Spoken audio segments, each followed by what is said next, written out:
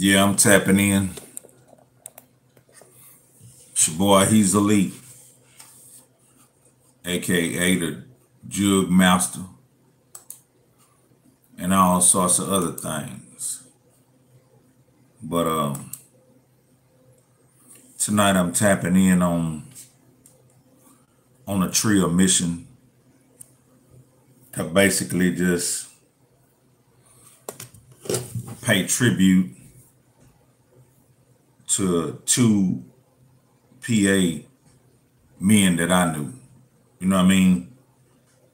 Just being real. They wasn't celebrities or anything of that nature, but they were real people, and so they deserve my honor and my respect and my tribute. You know what I mean? So first of all, I'm gonna just get into it. I learned today, my baby mama hit me and told me she think that somebody I knew passed away. And she sent me a picture of him, and he was rocking his trio hat in the picture. And I'm like, what's up? What's up with Brian? She said, no, he passed away. And I was thinking, how? Because this is a young man, you know what I mean? He probably early 40 or whatever. And he wasn't a bad dude, you know what I mean? So I don't know the specifics of how he passed away, but it just was shocking to me, you know what I mean? And it just made me sad all of a sudden, because I know we all gotta go, but you'd be surprised when you hear like people you know and, you know, close people you know pass away.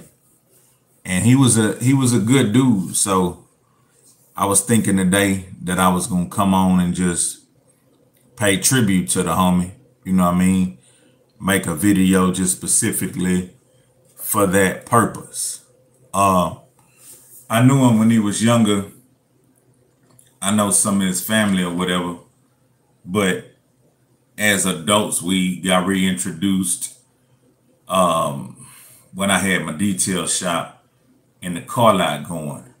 I ran into some artists he was affiliated with, called a Heavyweighters Clique, an artist named Big Zeus, to be specific.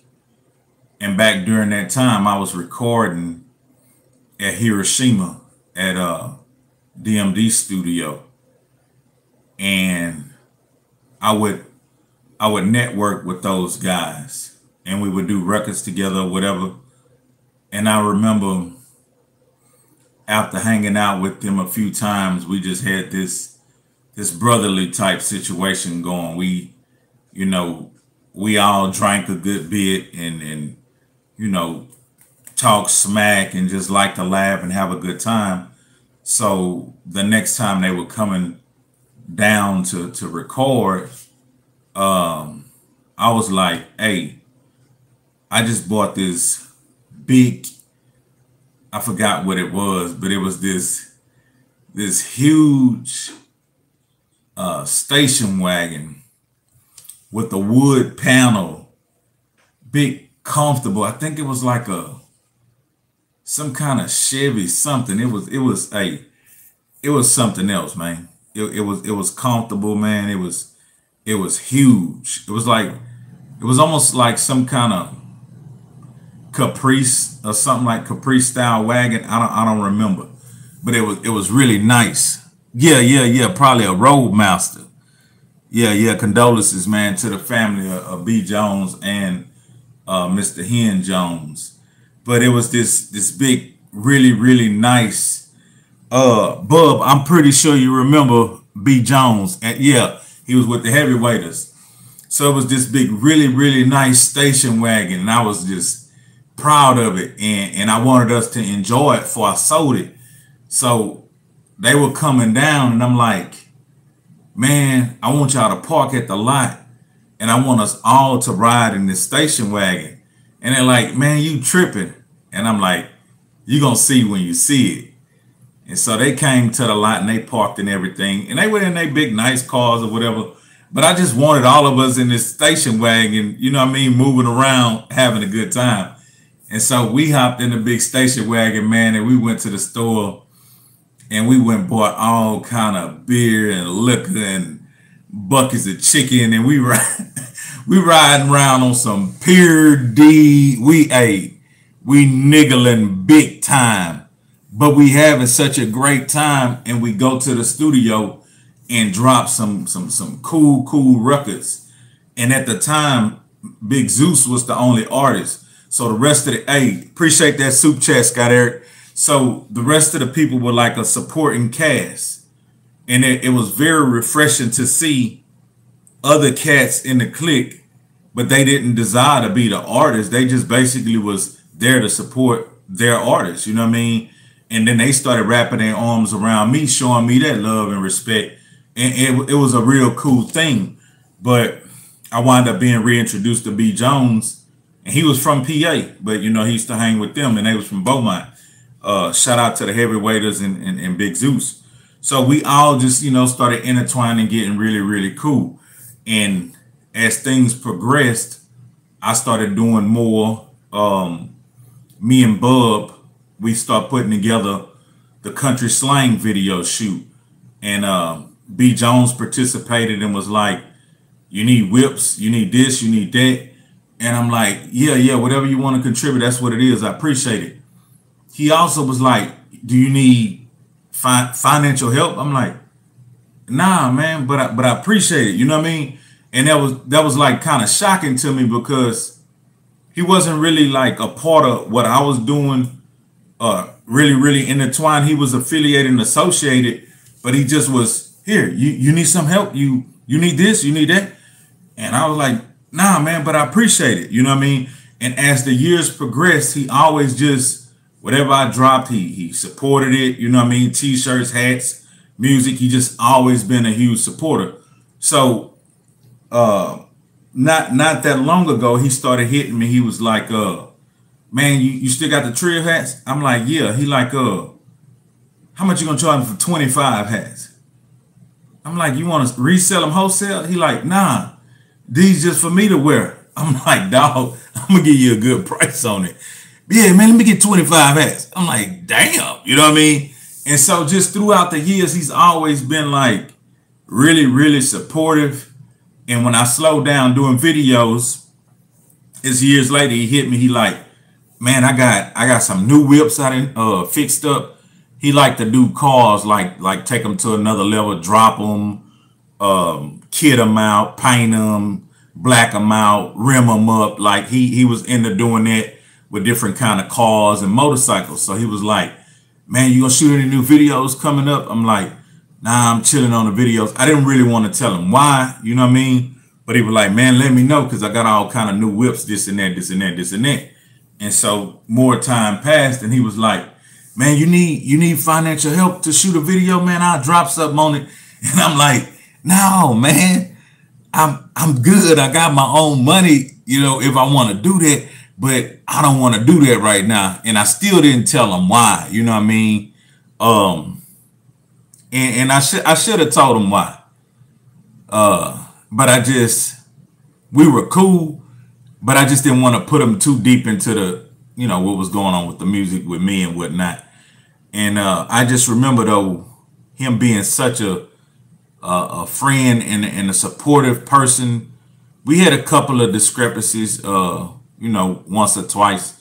One time in particular, he asked me about a certain female, and he caught me off guard with it, because I didn't think we was running across the same females, and it was true like I thought. It wasn't really true, you know what I mean, that we would. But he was like, man, she said you tried to holler at her, this and that, this and that. And I'm like, who? Which I had never heard the name before. And then I said, let me see a picture of her. So he showed me the chick, and she was kind of cute or whatever. but I didn't know her. Like I never ran across her. And I said, my nigga, I ain't never, seen this woman before in my life that I recognize. And I said, if I did try to holler at one of your piece of games out of respect, I would have told you and just been like, hey, my bad or whatever. I say, but this particular lady, I don't know who she is. I don't have a clue. I say, matter of fact, get her on her phone right now. And he hit her and he sent her a picture and she like, nah, I don't know him. That ain't him. He like, oh man, my bad, man. I don't know what she was talking about. I said, man, listen, we cool. I ain't tripping on that. You didn't come at me on no, hey nigga, you tried to, you know what I'm saying? You was respectful and you asked me. And if it was somebody that I tried to, you know what I'm saying, get at, like I thought we was cool enough that I would have been like, oh, that was your piece of game. Oh, my bad, whatever. You know what I'm saying? Nah. But nah, that wasn't gonna stick because I had nothing to do with it. But after that, we always was just cool as a fan. So I want to say specifically, I know you in heaven because you was a good dude. You know what I mean? You had a good heart. You always was giving and supportive. You were human. You did like everybody else. You talked your little behind the back and did what you did. But we all do that. But overall, how I saw you, you was a gentle giant. You was a big dude, really, really good hearted. You know what I mean? And the world and his family lost a good hearted dude, man. R.I.P. brother. You know what I mean? Let me see who that is, man. Oh, Big Bub. Hey, man, we appreciate that soup, man. We appreciate that soup. But yeah, R.I.P. brother and his kids, condolences to y'all and his family. I know his brother and his sister. I'm pretty sure his brother-in-law gonna hit me. We gonna chop it up. And I just wanted to make sure I did something specifically about you tonight. You know what I mean, my brother, because I always remembered you was a good dude when I came across you. You always was just willing to assist me. Just, hey, you need this up, like, and I really appreciate that. And when I said, no, I don't need the help, that's me not being a user or just being somebody taking advantage of opportunities when I really didn't need it. I wasn't shooting the videos because, like I told y'all lately, you can get too far ahead of yourself with this music. And I started learning how to make it make sense. See, me and Bub, we could have shot whatever because me and Bub was playing the street so hard that everything we was going to do was going to make sense. Jesus Trevino, I appreciate that. Me and the Trill gang, Ray T and Corn. I wish we all would have came together at one point. That would have been too powerful. But we made that make sense. So if we shot videos back to back, it was just coming out of the music flipping itself. You know what I mean? Because we was pushing hard. But when the music push on the street slowed down and we started depending on marketing on the internet and sales from the internet, you don't want to jump too far ahead of yourself with investing in music, with videos. I already explained to y'all, you know what I'm saying? You can be $4,000 into a song with a video, this and that. And the reality of it is, even though you might have a loyal base of, 3, 4, 500, and you should be thankful for that, and let's say they all buy it. But you know what I mean? We selling downloads for $1.99, and then on Bandcamp, you're able to show love and pay whatever you want. But still, you can sell 500 copies, but still, you're not even, scratching the surface of the $4,000 you invested into that one song. So that's what I didn't want to explain to my brother. I wasn't being funky. It's just, you don't just walk around telling everybody your personal business and why you do what you do and why you don't do what you do. You know what I mean? But salute and RIP, you know what I'm saying? Condolences to the family. Now, this part of the video is to an older gentleman who helped me and my cousin. He gave us a shot when we had the dream of creating the car lot. You know what I mean? We were searching for a piece of land or a building, and we just couldn't find it. And I remember we was moving around on Guffway, and I just had this feeling, and I said, dog, that's it right there. And my cousin looked at me like, what you talking about? Because it was just a ugly little patch of land. And I'm like, that's the lot. He like, dog, we can't do nothing with that. I said, man, that's the lot. I could see it. And so we researched who owned it, and we found the people, and we met them and talked to them. And they were so adamant about, y'all want to do something with that? I'm like, yeah, yeah, yeah. And so she gave us like a really cheap price on it, you know what I mean?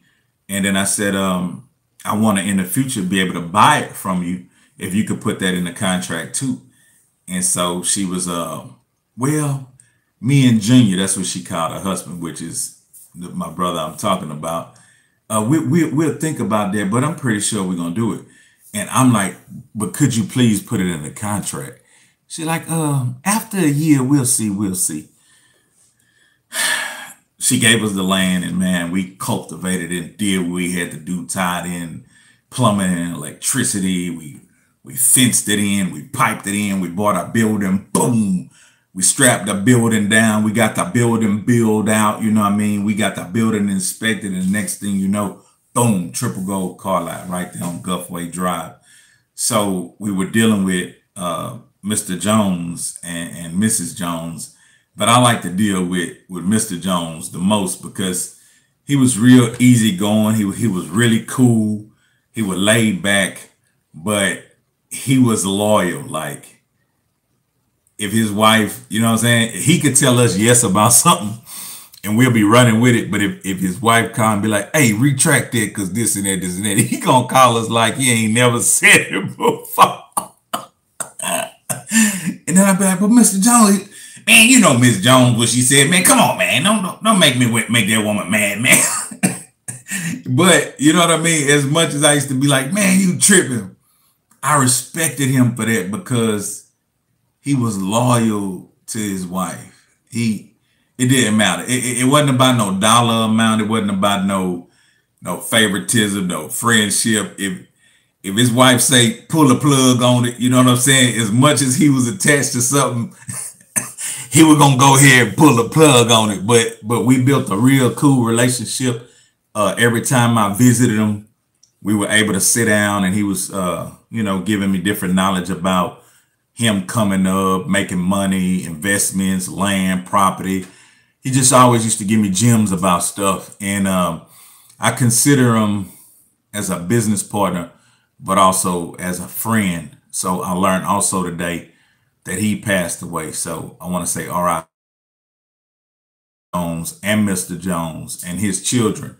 I hope if y'all come across this, any of you Jones boys, you don't find this offensive. I'm just giving my truth, and it's real. You know, your people was good to me, and it's just me paying tribute to them. You know what I mean? That's all it is. Nothing about their character. I love them people. They gave me a chance to elevate and become, you know what I'm saying, who I became. If it wasn't for them, I don't know when we was trying to do the call out thing, what would have happened. So they gave us that shot. We did that, you know what I mean? And I appreciate them for that. And R.I.P. Mr. Jones, you know what I'm saying? It's your boy, Hezeleo. No, these ain't celebrity people. These ain't world famous people, but these are people that I knew that were dear to my heart. So I just wanted to pay tribute, and I wanted to do it on my platform. So R.I.P. to B. Jones. Shout out to the Heavyweighters clique, and R.I.P. to Mr. Jones, Mr. Henry Jones, and Miss Jones. I'm out.